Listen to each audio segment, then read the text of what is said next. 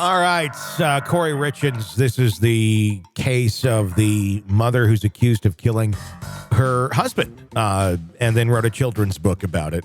You always got to go right to the children's book, and people's like, oh, that's who it is. Yeah, that one. Kouri Richins is her name. We've been learning a lot in the last 2 weeks or so about what she's been into. Her Google searches we learned about just the other day, what she was Googling after her husband had passed. And I'll bring that up here.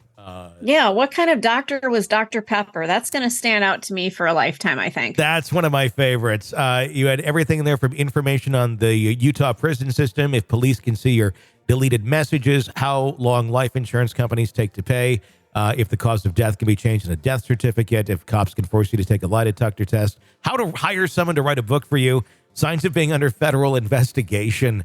And then, of course, our favorites, what kind of doctor was Dr. Pepper, Lil Nas X married, and then luxury prisons for the rich in America. Her perception, the perception that she gave people, the perception she wanted people to have of her, I think was very, very important, both while she was married and after her husband died or was murdered. And of course, when something like this happens, the police do investigations. They're going to look into your spouse. It's one of the most common things that are done. And if you have nothing to hide, good, then bring it all out there. And there's plenty of people who have nothing to hide and bring it all out there. There's plenty of people who have nothing to hide and still bring it all out there, thinking that, well, if I really just seem like I'm being an open book, no matter what, I'm too smart for them and they will still never get me. She falls to the latter, it appears. Of course, innocent until proven guilty. But what we have for you today is an email written by Kouri between her and the detectives investigating this case. They had follow-up questions for her, and then she wrote a follow-up email answering those very questions. So we're going to go through this. It's very telling and very interesting the way that the terminology is used and the tone of the letter when we're talking about the death of your spouse and you're being questioned about it. An innate amount over usage of emojis, I would say, in this letter for being an adult. Yeah. But all right, so this is Kouri Richins. It's from Wednesday, April 19th, 2023, just a few months ago, prior to her being arrested. They were doing their due diligence and investigating this too. Chad Hoffmeyer, Frank Root, CC Jeff O'Driscoll, subject RE clarification. So here we go. It says, hi there. I thought I would clarify some of the items on your list that you spoke to redacted about. Yes. Hi there. Or hey there, actually. Hey there. Exclamation. Still. Not like, officer this or detective this. Hey there. That's immediately someone that's trying to gain the good graces, gain the trust of whoever they're dealing with police. I mean, a good example would also be how Alec Murdaugh played with police during that investigation, trying to relate like, hey, buddy. And there's some of that in here too. Yeah. And we'll get to that in just a little bit, but that's what a narcissist tries to do. They try to get you on their side and make you feel like you're on the same team. Not only does it help calm their own possible anxiety or nerves about something, if they can believe that we're all working on this together and nobody's suspicious about me, but they hope to, kind of bamboozle those on the other side. It continues. The beginning of February last year, my kids, my kids had a soccer tournament in Mesquite. The day before we left, February 2nd, 2022, I tested positive for COVID. I've attached the picture of my test on my counter in my kitchen from when I first found out. Photo 1. I had sent it to my mom and redacted to let them know because I was just around both of them. Eric was the coach of the soccer team, and I'm the annoying mom with a sideline that never stops yelling, and then tongue sticking out, one eye shot, open eye emoji winking. We don't Good miss Lord. games or tournaments, period. We're a huge soccer family. When we found out that I had COVID, I didn't want to miss the soccer tournament, nor did I want to get my kids sick. So I stayed at Casablanca. I didn't want to risk getting my boys ill during the tournament and then not play well. I bought a box of at-home tests with me to test every day so I could either join the boys staying at my father-in-law's or at least be with them during the game. Casablanca is about 5 minutes from the soccer field. Actually, here's a picture of the room number I stayed in. I had taken the picture from my mom and Eric.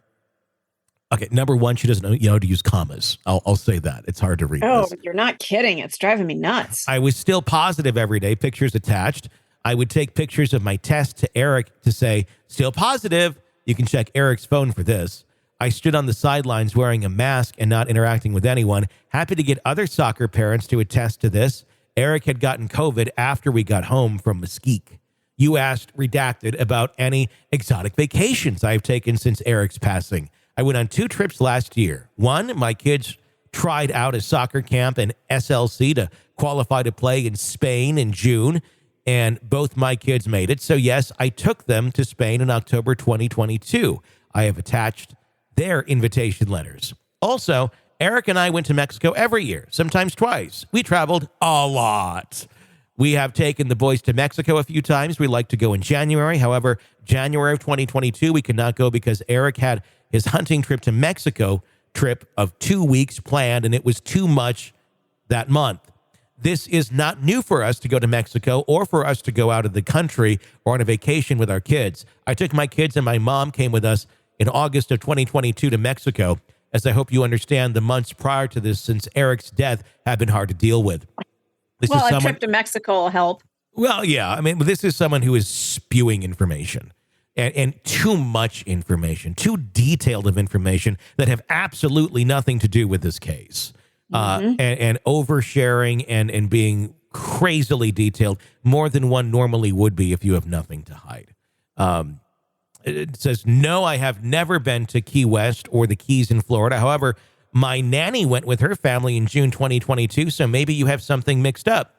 Eric's affair was the same year I moved out. The trust was created as well as him looking into a divorce. I never actually moved out. I moved my clothes out one weekend to make Eric understand I'm not kidding about leaving him if he doesn't end things with redacted. I did this on a Thursday or Friday while he was out of town. I was home Monday. I never stayed another night at that house, the other house. Eric and I figured things out like most couples do. Redacted was her name. He changed her name in his phone, so I wouldn't know about it. Honestly, we worked things out. And after that, I never went through his phone again to see if he changed it back, but you have his phone and can check. Eric and I went to redacted counseling on Commas 801 redacted. We only went about 4 times. Maybe it wasn't for us. Redacted and redacted are the same person, and I'm assuming you know that. Ha ha. I'm also assuming redacted told Woody her husband got a call from him and gave all this information. LOL. Yet he didn't ever go to talk to detectives? ? Ironic how these things work.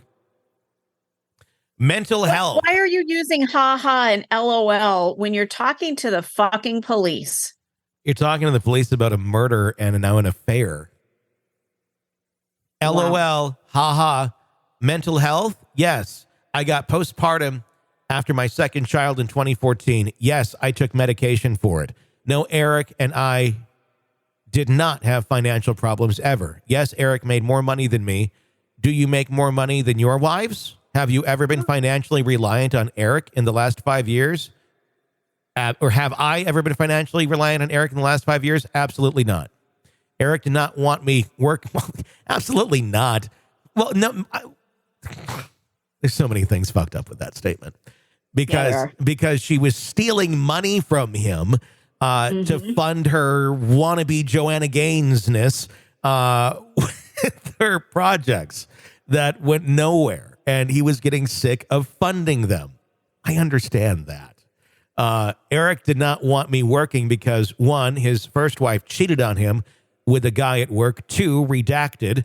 3, Eric wants us to live the typical conservative life where the man takes care of his family and the wife is a homemaker, wife, mom, and that's it. This is not my personality and not the way I was raised. I'm very independent. Even when I stayed home with my kids the first few years, I was in grad school for years because I wanted to be more and do more than a homemaker, or than be a homemaker. And I did. And when I did and started my business, it took some adjusting, but Eric and I were fine with it. We hired my nanny and everything worked out. My nanny, redacted, phone number redacted, moved out because she was engaged and she and her fiance were moving in together. That was always supposed to be temporary. She's worked full-time for Eric and I for years prior to his death. If anyone can tell you about her marriage, it's her. She lived with us. Feel free to call her. Redacted has already submitted her phone records to you to prove that your toll is incorrect. Redacted will also be submitting hers over to you guys today or tomorrow. I'm working on getting mine, however. Eric's business partner is not being cooperative, but you can call Redacted and ask them, and he would probably give them to you. A phone number redacted. I know what time I went to bed that night. There is no hole in my story. Hopefully, by obtaining 4 phone record documentations, you guys can see this too. Happy to clarify or provide anything else you may need. I just want this over. I just want our lives back and to move on and grieve and mourn my husband without looking over my shoulder constantly for you guys or the idiotic private investigator or the Richins family. Whatever I can do to help close this out, just ask and I'll give you or tell you whatever you want to know. Please check with the labs on those gummies. P.S. Chad, I hear you also know our good friends Redacted. Their son and my son play on the same soccer team. When Eric passed, Redacted took over coaching. You guys could even chat with him if you feel necessary. Kouri Richins.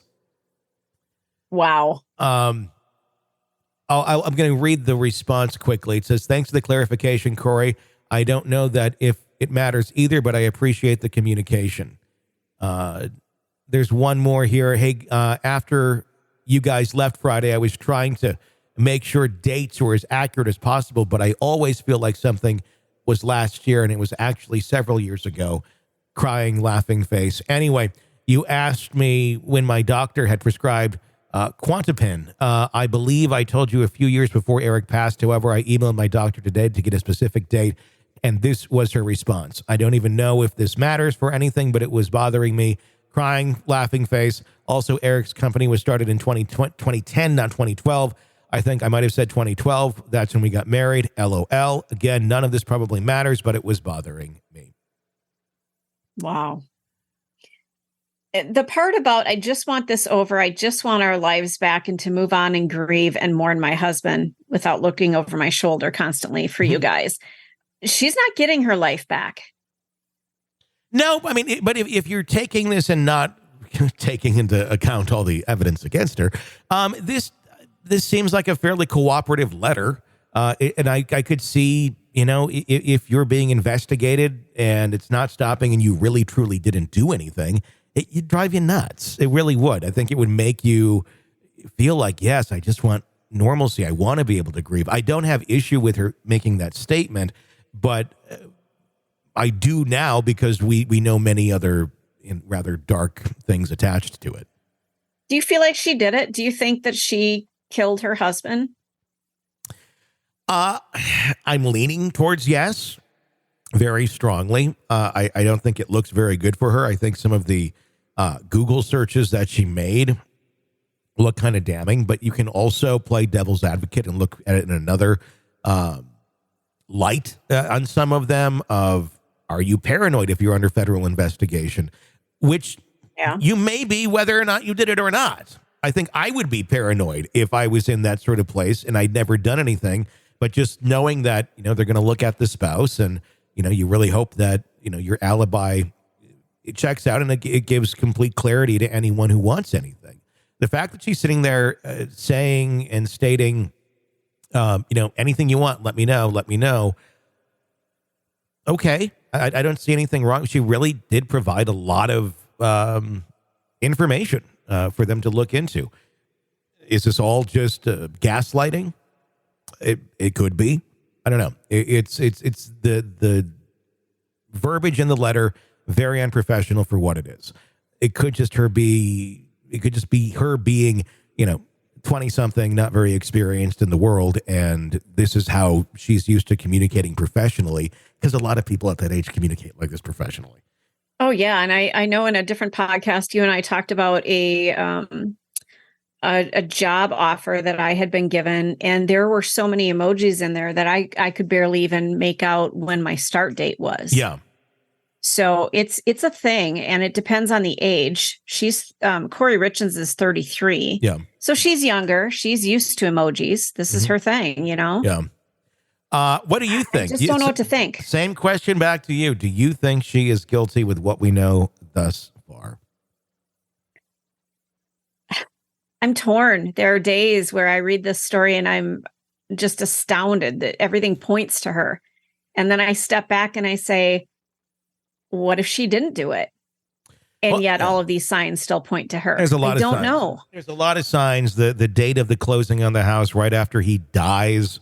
But you can't really change a closing on a house. I mean, once that's set, I mean, you can, but it's a lot of work to go through to change everything. He didn't want it to happen. That's the thing. He was not in favor of it. So I'm wondering if he was going to back out on it. And that was maybe one of the last straws for her, because she wasn't getting her way. And, well, she still wanted to get her way. And if he's not there to stop the closing, she can still get her way and move on. If police can see your deleted messages, how long life insurance companies take to pay. Honestly, people look at the life insurance question and people are looking that up. If I lost my loved one and I didn't murder them, I would probably wonder that too a little bit. Not necessarily like the same day am I researching that, but within the confines of a year, yeah, you probably would like to find that out because you have life insurance. And that's the purpose of it. Well, and think of the lifestyle that they led to. Yeah. They were a wealthy family, and now his income is not coming in. Yeah. Yeah, she might have needed some money without his paycheck. Mm-hmm. So some of these, they can look very nefarious under the right light.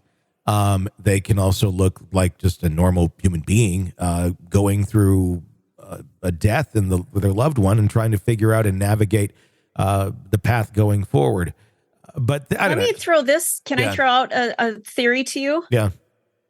Let's say he thought she was having an affair throughout the entire marriage, which has been mentioned. Mm-hmm.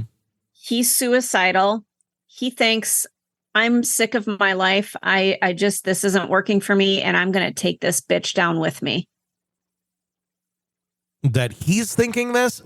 Yeah. What if he killed himself, but set her up? He told family members, if something happens to me, check out Kouri. I think she's trying to kill me. What if he said, I'm going to get this bitch back. She's been cheating on me. Yeah. She's doing all these things I don't want her to do.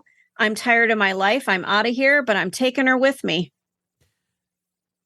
I don't know. That'd be very interesting. I'd have to really kind of evaluate that more.